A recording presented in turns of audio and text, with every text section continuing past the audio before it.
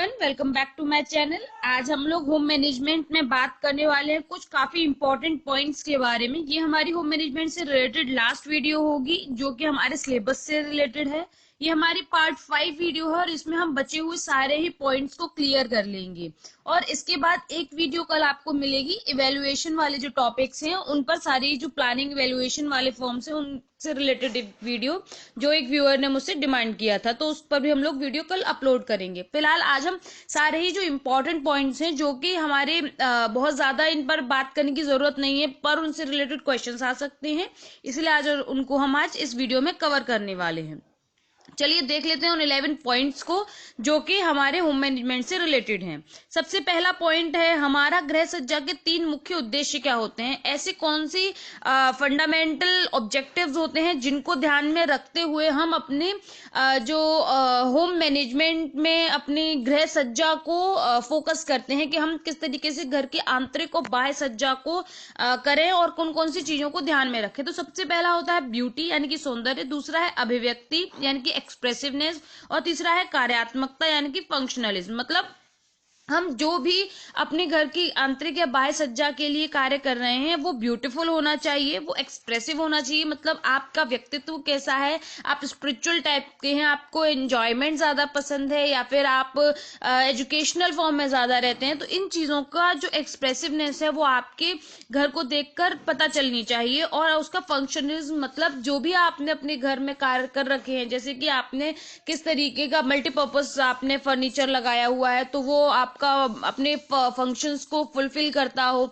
आपके जो डोर्स हैं या कर्टेन्स हैं, जो भी चीजें आपने उसमें अपने घर में सजाने के लिए प्रयोग की हुई है वो अपनी जो कार्य है उसको पूर्ण करती हूँ। इस तरीके से हम इन 3 मुख्य बिंदुओं पर फोकस करके, इन फंडामेंटल ऑब्जेक्टिव्स को फोकस करके अपने होम मैनेजमेंट में घर की आंतरिक और बाह्य सज्जा को तैयार करते हैं। नेक्स्ट हमारा पॉइंट है गृह सज्जा के चरण, मतलब कौन कौन से स्टेप्स होते हैं जिनको फॉलो करके हम अपने घर की आंतरिक और बाह्य सज्जा को सुसज्जित कर सकते हैं। जिससे हम, तो पहला है हमारा ऑब्जर्वेशन, मीन्स हमारी ऑब्जर्वेशन स्किल्स अच्छी होनी चाहिए, क्योंकि एक तो होता है पर्सन क्रिएटिव होते हैं और दूसरे होते हैं ऑब्जर्वेशन जिनका अच्छा होता है। मतलब क्रिएटिविटी, एक कोई आइडिया आपके अंदर से अपने आप आता है और कोई चीजें आप किसी और का देखकर उसमें इनोवेशन करके, उसमें मॉडिफिकेशन करके आप कुछ चीज इनोवेट करते हैं, तो ऑब्जर्वेशन करना जरूरी है।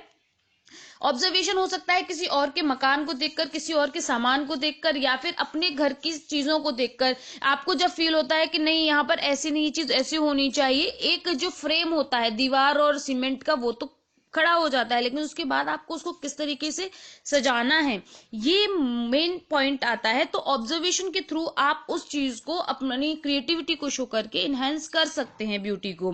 फिर है एनालिसिस, यानी कि आपको आपका कुछ एक्सपीरियंस रहा होगा, क्योंकि प्रत्येक व्यक्ति एक घर में रहता है, वो घर चाहे वो रेंट का रहा हो पहले या फिर आपका खुद का रहा हो, तो आप उससे एनालिसिस करते हैं कि नहीं हमें ये सामान ऐसे रखना था, ये चीज यहाँ होनी चाहिए थी, आपके जो हाउस की फेसिंग है वो ऐसे होनी थी, आपका बेडरूम यहाँ होना था। तो आपको ये सारी चीजें आपको ध्यान में रखनी होती हैं। फिर उसके बाद है कलेक्ट आइडियाज, मतलब विचारों का संग्रह कीजिए। आप अपनी फैमिली से, किसी एक्सपर्ट से बात कर सकते हैं या फिर आप सर्च कर सकते हैं गूगल पर, यूट्यूब पर, जिससे आपको पता चले कि आप किस तरीके से अपने घर की आंतरिक और बाह्य सज्जा कर सकते हैं। मेक अ वाइज परचेज, मतलब जो भी सामान खरीदें उसको बुद्धिमत्ता से खरीदें, कोई भी चीज ऐसे ही वेस्ट ना खरीदें, क्योंकि जो घर में जो चीजें लगाई जाती हैं एक्सपेंसिव होने के साथ साथ वो फंक्शनलिज्म को भी फॉलो करें और साथ में ही वो इतनी डेलिकेट ना हो या फिर वो बहुत हाईली जो उनकी सर्विसेज हैं वो बहुत हाई ना हो, उनकी मेंटेनेंस हाई ना हो। तो ऐसी चीजों को हमें इस तरीके की चीजों का हमें वाइज परचेज करना है। फिर उसके बाद है बी इकोनॉमिक। बी इकोनॉमिक क्योंकि घर में चीजें टूटती हैं, पुरानी होती हैं, नई आती हैं, फैशन चेंज होती है, तो हमको चीजें चेंज करनी होती हैं। तो कोई भी चीज परचेज करने से पहले हमको मितव्ययता से सोचना है, क्योंकि हमारे पास और भी एस्पेक्ट हैं अपनी लाइफ में एक्सपेंडिचर करने के लिए, खर्चे करने के लिए, तो अपनी जो इनकम है उसको मितव्ययता से खर्च करें अपनी आंतरिक और बाह्य सज्जा के ऊपर। ये आपकी पॉकेट पर डिपेंड करता है।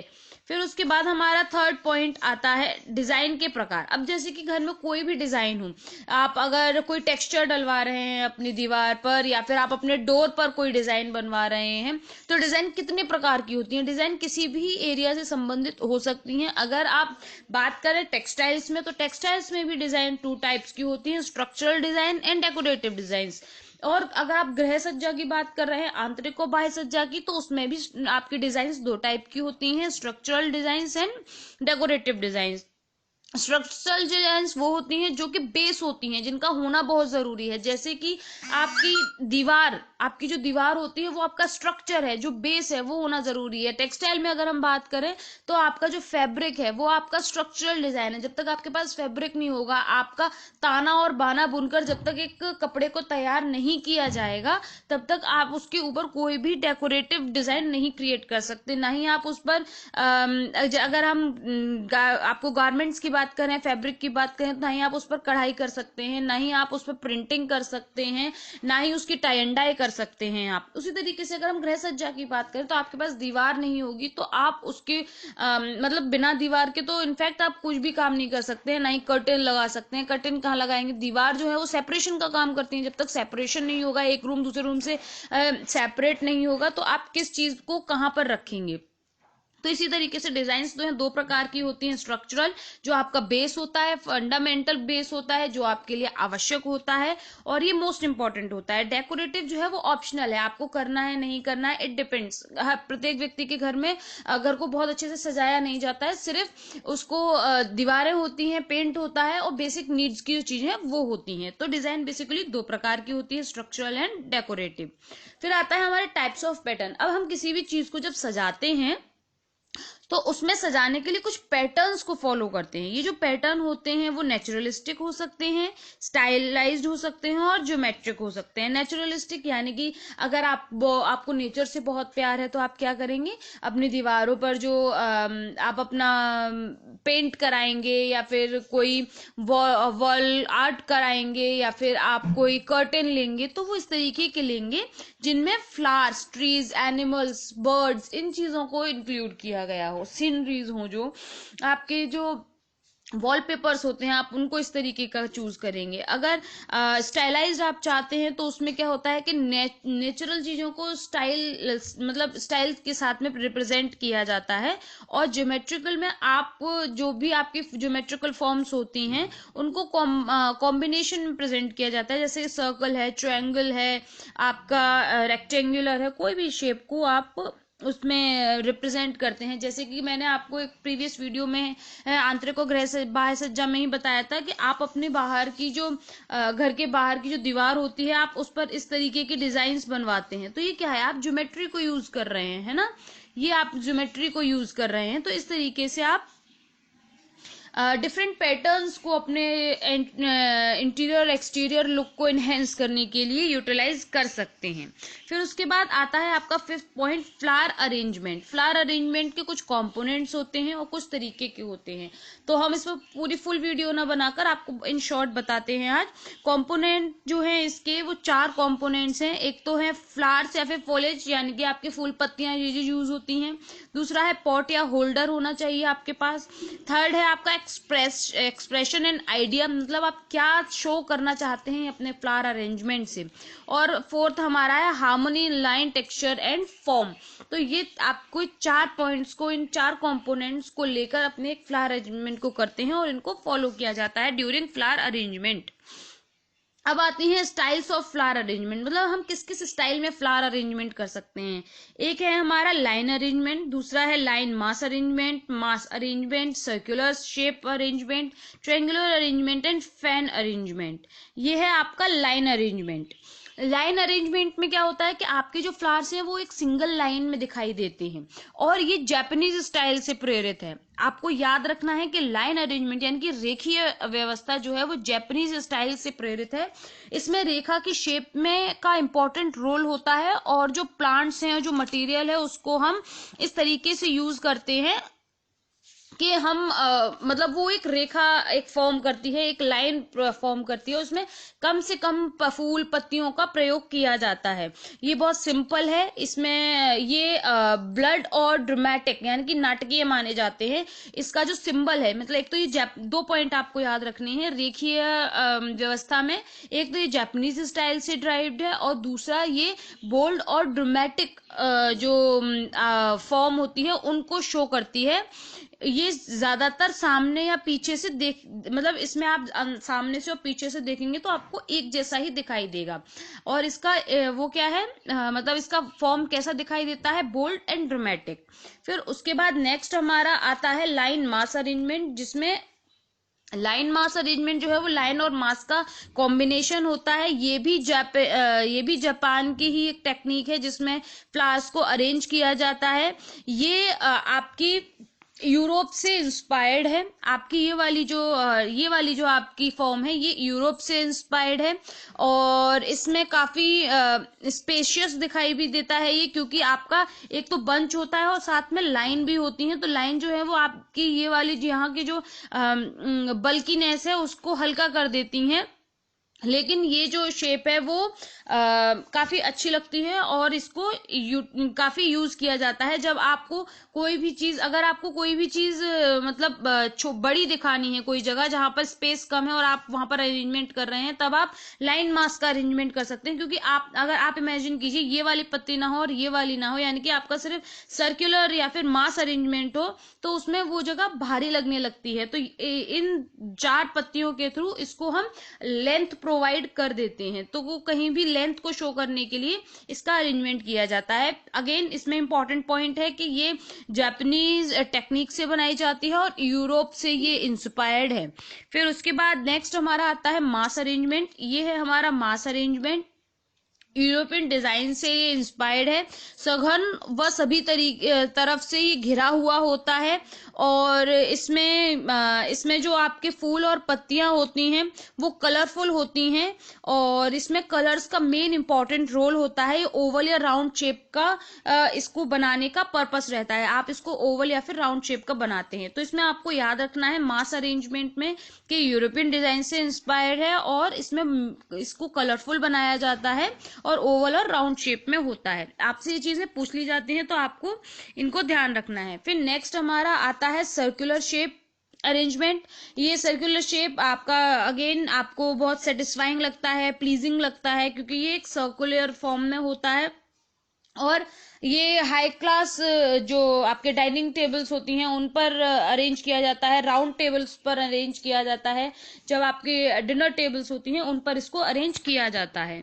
फिर उसके बाद आता है आपका ट्रायंगुलर शेप। ये बहुत कॉमनली यूज होता है। अगर आप देखेंगे वेडिंग्स में जब हम बुकेज यूज करते हैं उसमें यूजुअली ट्रायंगुलर शेप की जो आपके बुके होते हैं, फ्लावर अरेंजमेंट होते हैं, उनको किया जाता है। ये काफी अट्रैक्टिव लगता है देखने में और किसी भी कॉर्नर टेबल को यूजफुल बनाने के लिए, अट्रैक्टिव बनाने के लिए इसको यूज किया जा सकता है। फिर उसके बाद हमारा आता है फैन शेप। फैन शेप जो है ये लो अरेंजमेंट है, मतलब हॉरिजॉन्टली शेप में अरेंज इसको किया जाता है। जैसा कि आप देख सकते हैं ये एक फैन शेप का आपका अरेंजमेंट है और फूलों को इस प्रकार व्यवस्थित किया जाता है कि वो पंखे की आकृति के बन जाते हैं। नेक्स्ट हमारा आता है फिर torch arrangement. Hogarth curve, ikebana, moribana and ukibana, ये भी हमारे फ्लावर अरेंजमेंट के टाइप हैं। टॉर्च अरेंजमेंट जैसे कि आप देख सकते हैं ये हमारा एक तरीके से टॉर्च की भांति हमें दिखाई दे रहा है।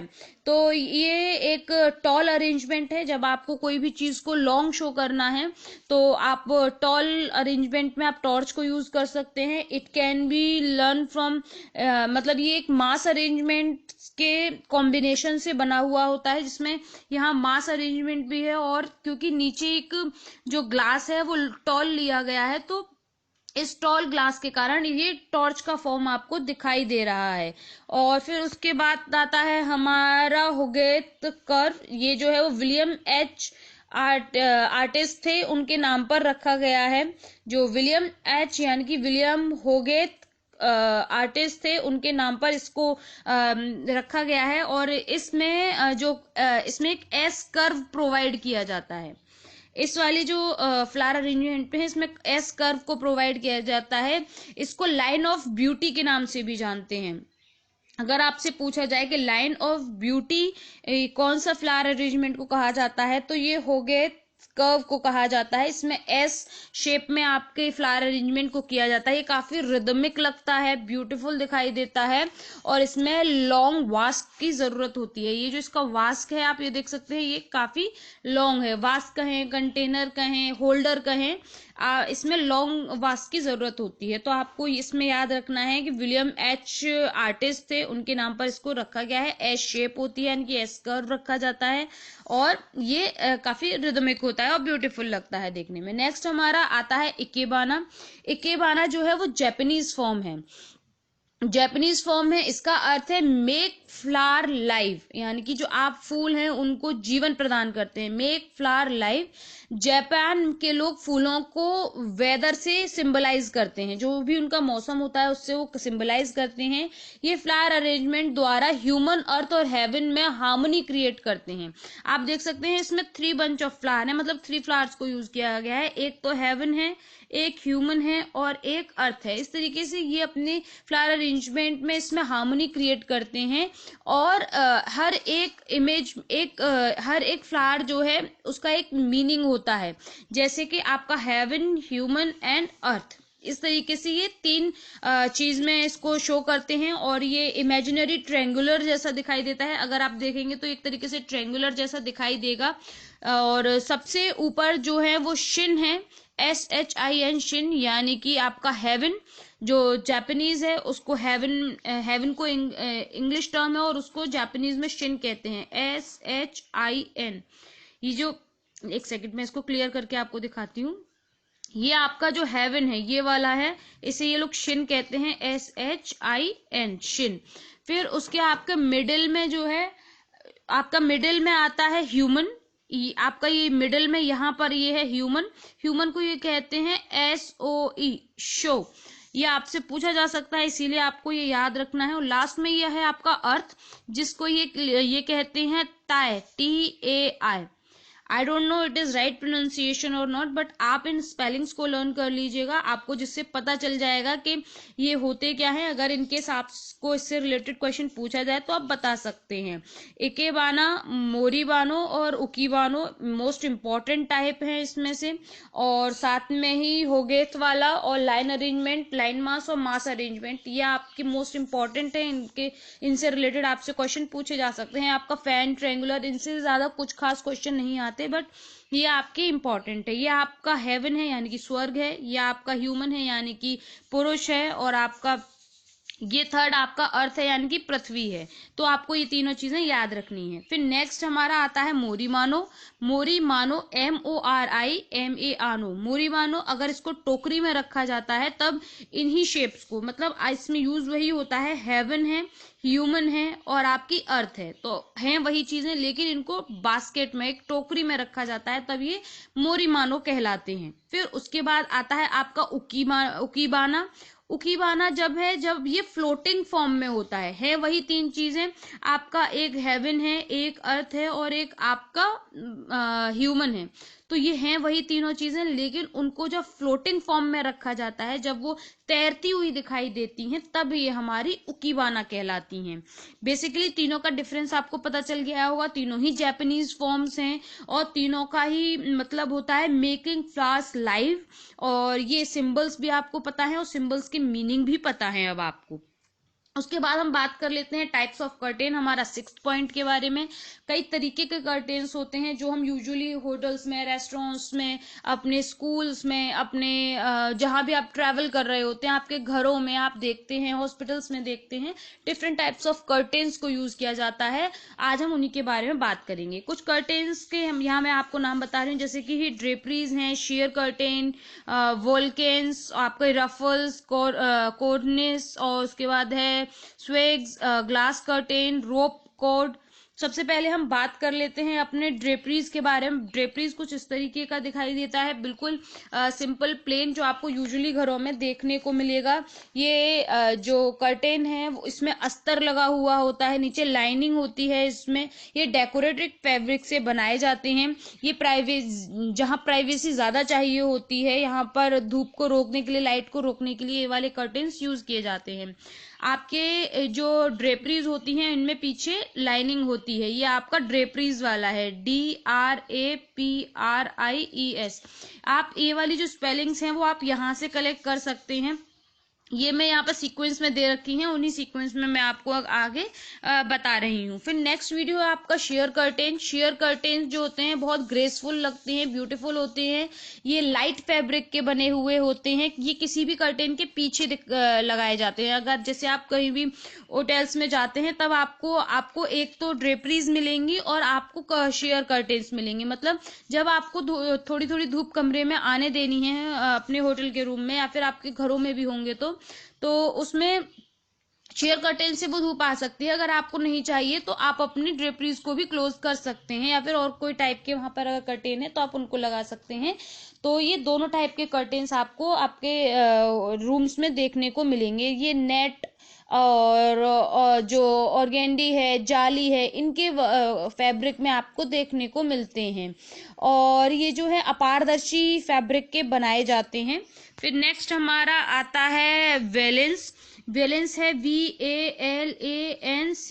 वेलेंस जो है ये टॉप ड्रेपरी ट्रीटमेंट है। ये वाला जो ट्रीटमेंट है ये बेसिकली ये आपका टॉप ड्रेपरी ट्रीटमेंट होता है। ये 8 से 10 इंचेस लेंथ के होते हैं और ये जो है वही डेकोरेटिव फॉर्म में लगाए जाते हैं और ये फिक्स्ड रहते हैं। मतलब ये फिक्स्ड रहेंगे, आप अपने कर्टेन्स को खोल सकते हैं, बंद कर सकते हैं, लेकिन आपके ये बंद रहते हैं, यानी कि फिक्स्ड रहते हैं। फिर उसके बाद आता है रफल्स। रफल्स जो हैं वो एक तरीके से वो वोल्केन्स का ही एक टाइप होता है, जिसमें जो आपका जो आपका ड्रेप है बहुत सुंदर लगता है। इसमें डेकोरेटिव पीस में यूज होता है। ये कर्टेन ये बॉटम कभी कभी तो आपको, जैसे ये वाला बॉटम तक आपको ड्रेप उसमें मिल रहा है रफल्स में, और कभी कभी आपको सिर्फ ये वाला पोर्शन आपको मिलता है। ये वाला पोर्शन आपको मिलता है ऊपर वाला रफल्स में। तो इस तरीके से ये भी कर्टेन्स आपके यूज किए जाते हैं। फिर उसके बाद आपका आता है क्रोनिक्स, CARNIC। ये जो है ये आपको यूजुअली पुराने जो स्कूल्स होते हैं उसमें देखने को मिलेगा। यहाँ पर या तो सीमेंट की या लकड़ी की या फिर किसी भी मटेरियल की एक बाहर को उभरी हुई 3D लाइनिंग में आपको एक जगह बनाई जाती है कर्टेन्स के ऊपर, जहां पर इसके अंदर कर्टेन्स को लगाया जाता है। पुराने टाइम में इनका बहुत अच्छी तरीके से यूज किया जाता था। ज्यादा ये फेमस थी, काफी इन थी अपने फैशन में, और उस टाइम पर इसको यूज किया जाता था। और एक बॉक्स नुमा इसमें डिजाइन होती है। ये 4 से 8 इंचेस का होता है। ये विंडो के टॉप पर लगाया जाता है। ये वुड का या फिर किसी भी सॉलिड मटेरियल का बना हुआ हो सकता है। फिर उसके बाद हम बात करते हैं स्वेग्स की, SWAGS स्वेग्स। ये सिंपली जो आपके फैब्रिक होते हैं उनसे एक डिजाइन बनाने के लिए ये यूज किए जाते हैं। ये प्लास्टिक, बोर्ड, मेटल या फिर किसी भी फॉर्म के रिंग पर लगाए जा सकते हैं, और ये एक विंडो के ऊपर लगाए जाते हैं, जिससे कि एक अच्छा और अलग लुक देखने को मिलता है। ये एक मोनोटनी को किल करते हैं और वहां पर ब्यूटी इनहेंस करते हैं। फिर आते हैं आपके ग्लास कर्टेन्स, जो कि आप यूजुअली देखते हैं होटल्स में, रेस्टोरेंट्स में, और अपने घर में जहां पर आपको कहीं सेपरेशन करना हो, आपको वहां पर ग्लास कर्टेन्स को आप यूज कर सकते हैं। फिर उसके बाद हमारा आता है रोप एंड कॉर्ड्स। जो रोप एंड कॉर्ड्स होते हैं ये पर्दों को टांगने के लिए भी हेल्पफुल होते हैं, या तो आपके इस तरीके के आपको देखने को मिलेंगे, या फिर कर्टेन में बांधने के लिए आपको रोप्स दी जाती हैं इस तरीके के नॉट करने के लिए, तो वो भी रोप एंड कॉर्ड के ही फॉर्म में आती हैं, उसी टाइप में आते हैं। और ये डेकोरेटिव पॉइंट ऑफ व्यू से ज्यादा यूजफुल होते हैं, प्राइवेसी इसमें मेंटेन नहीं की जा सकती है। फिर आपका आता है केसमेंट्स कर्टेन और आते हैं ब्लाइंड्स, यानी कि हमारे लास्ट दो कर्टेन्स है। केसमेंट्स जो आपके यूजुअली घरों में देखने को मिलते हैं, मोस्ट कॉमनली यूज किए जाते हैं, ये प्राइवेसी के लिए यूज किए जाते हैं और इसमें ओपेक मटेरियल को यूज किया जाता है जिससे कि अंदर से बाहर की चीजों को देखा ना जा सके, और ये कंपैरेटिवली चीपर होते हैं बाकी सारे बाकी सारे जो कर्टेन्स होते हैं उनसे, और ये जो है वो लेंथ में लगाए जाते हैं, यानी कि ये आपकी विंडो टॉप से लेकर और नीचे बिल्कुल जो आपका फ्लोर होता है वहां तक यूज किए जाते हैं।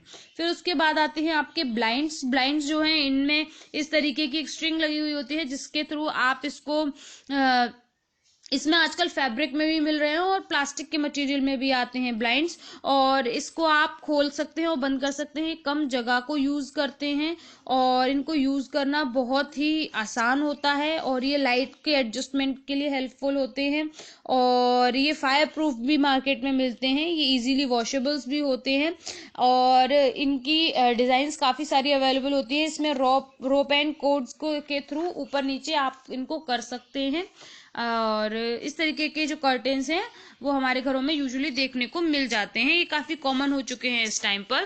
फिर उसके बाद हमारा आता है 7th पॉइंट, वो है difference among carpets and rugs, यानी कि कारपेट्स और रग्स जो हम टर्म्स काफी इंटरचेंजेबली यूज करते हैं और हमारे घरों में यूज किया जाता है। हम एक्चुअली हर एक जो भी हमारा फ्लोरिंग के लिए यूज कर रहे हैं हम उसको कारपेट कह देते हैं, एक्चुअली कारपेट नहीं होता है। कारपेट जो होता है जो 2 मीटर की लेंथ से ज्यादा होता है, जो आपके पूरे कमरे को कवर करता हो, जो कि मतलब वो कारपेट कहलाते हैं। रग्स वो होते हैं जो कि सिर्फ 2 मीटर लेंथ के होते हैं या उससे छोटे होते हैं, जो कि आपके किसी स्पेसिफिक पोर्शन को कवर करते हो, जैसे कि आप अपने सोफा के आगे यूज करें, आप अपने बेड के चारों तरफ यूज कर रहे हैं, या फिर आप एज अ डोरमेट यूज कर रहे हैं, तो आप वो आपके रग्स होते हैं। कारपेट जो है वो आपकी फ्लोरिंग को शो नहीं करता है कि आपके इसके नीचे क्या फ्लोरिंग है, पूरे रूम को कवर करते हुए इनको बिछाया जाता है। और ये कारपेट जो है वो वुल से बनते हैं, और जो कारपेट का मीनिंग होता है वो होता है कार्ड वुल, तो ये आपको याद रखना है। नेक्स्ट है, जैसे कि आप इसमें देख सकते हैं, कारपेट जो होते हैं वो फुल लेंथ होते हैं और रग्स जो है वो छोटे होते हैं। अब जहां पर आपको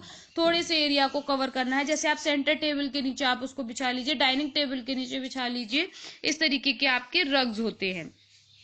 और फिर हमारा 8th पॉइंट आता है टाइप्स ऑफ कारपेट्स। कारपेट 2 तरीके के होते हैं, हैंड नोटेड और मशीन नोटेड। हैंड नोटेड जो वो है जो मेनली सिल्क और वुल के बनते हैं और काफी एक्सपेंसिव होते हैं, और मशीन वाले जो होते हैं उनमें काफी वैरायटी आपको देखने को मिलेगी और इनका मेंटेनेंस भी इजी होता है और मशीन के थ्रू बनाए जाते हैं। जैसे कि आप ये डिफरेंस देख सकते हैं, यह आपका मशीन नोटेड है और यह आपका हैंडमेड है। तो इसमें जो होता है वो ये आप अगर आपको इसमें डिफरेंस देखना है कि किस तरीके से आप असली और नकली को पहचान सकते हैं, तो आप इसका स्क्रीनशॉट लेकर रख सकते हैं। फिर उसके बाद है हमारा 9th point sources of artificial light, यानी कि एक तो हमारी लाइट को 2 टाइप में डिवाइड किया गया है, आर्टिफिशियल और नेचुरल। तो आर्टिफिशियल जो लाइट है उसमें आप बल्ब को, फ्लोरेसेंट ट्यूब्स को या फिर CFL को यूज कर सकते हैं। बल्ब में आपकी नाइट्रोजन या फिर आर्गन गैस भरी हुई होती है और टंगस्टन का एक तार होता है, ये 2 पॉइंट आपको बल्ब में याद रखने हैं। फिर दूसरा है हमारा फ्लोरेसेंट ट्यूब, इसमें मरकरी वेपर्स होते हैं जिनके थ्रू ये हमको मतलब ये जलती है और हमें लाइट प्रोवाइड करती है। तीसरा है CFL जो आजकल कॉमनली यूज होता है और इसका फुल फॉर्म है कॉम्पैक्ट फ्लोरेसेंट लैंप। तो आपको ये तीनों ही जो आपके आर्टिफिशियल लाइट के टाइप हैं इनके इंपॉर्टेंट पॉइंट मैंने आपको बता दिए हैं। फिर उसके बाद आता है 10th पॉइंट है हमारा पेंट्स। पेंट में कौन कौन से कंपोनेंट्स होते हैं, इसमें होता है सॉल्वेंट, बाइंडर, पिगमेंट और एडहेसिव। तो आपको ये याद रखना है। अगर आपको इनको चीज़ों को डिटेल में पढ़ना है तो आप कमेंट सेक्शन में मुझे बता सकते हैं। फिर उसके बाद है हमारे पेंट जो है बेसिकली दो टाइप के होते हैं, ऑयल बेस्ड और वाटर बेस्ड। इस तरीके से आज हमने अपने होम मैनेजमेंट से रिलेटेड सारे ही इंपॉर्टेंट पॉइंट्स को कवर अप कर लिया है, जिनके ऊपर मैंने फुल लेंथ वीडियो नहीं बनाई है। इफ़ यू नीड इट, आप मुझे कमेंट सेक्शन में बता दीजिए, मैं उस टॉपिक पर आपको वीडियो फुल लेंथ प्रोवाइड कर दूंगी। ये जो टॉपिक है आपके इनसे क्वेश्चंस आते हैं और हम यूजुअली इनको इग्नोर कर देते हैं। अगर आप देखें, अरिहंत की बुक देखें या फिर उपकार की देखें या फिर आप किसी की भी XYZ पब्लिकेशन की बुक्स देखेंगे तो उनमें इन चीज़ों को इलेबोरेट करके डिटेल में नहीं बताया जाता है, और यही चीज़ें इसी तरीके की छोटी छोटी हमारे पेपर्स में आती हैं जो कि हमारे जो मार्क्स हैं उनको डिडक्ट करवा देती हैं। तो हर एक चीज़ को, कोई भी पॉइंट को हमें छोड़ना नहीं है। मैं इस तरीके से आपकी प्रिपरेशन करवा रही हूँ, लेकिन अगर आपको बहुत जल्दी जल्दी में भागना है तो ये पॉसिबल नहीं हो पाएगा, क्योंकि कहीं से भी क्वेश्चन आ सकता है, क्योंकि ना ही मुझे पता है और ना ही आपको पता है कि पेपर किस तरीके से बनाया जाएगा। फिलहाल आपका एक और एग्ज़ाम है होम साइंस से रिलेटेड, जो कि आपके यूपी गवर्नमेंट ने GIC स्कूल्स में भर्ती के लिए LT ग्रेड का अभी 22 दिसंबर को पब्लिश किया है। अगर आपने उसकी विज्ञप्ति अभी नहीं पढ़ी है तो मैं आपके लिए वो वीडियो भी अपलोड कर दूंगी, सो दैट आप उसका फॉर्म भर सके। उसमें गृह विज्ञान की टोटल सिर्फ फीमेल्स की सीट्स हैं और टोटल 10 सीट्स हैं, जिसमें कि आपकी जनरल की 5 हैं और 5 एक और हैं, तो मतलब इन टोटल 10 हैं। तो उनके बारे में भी मैं आपको जल्दी ही एक वीडियो के थ्रू अपडेट कर दूंगी। अगर वीडियो पसंद आई हो तो लाइक करें, शेयर करें, कमेंट करें। Thank you for watching my video and have a good day. Bye bye.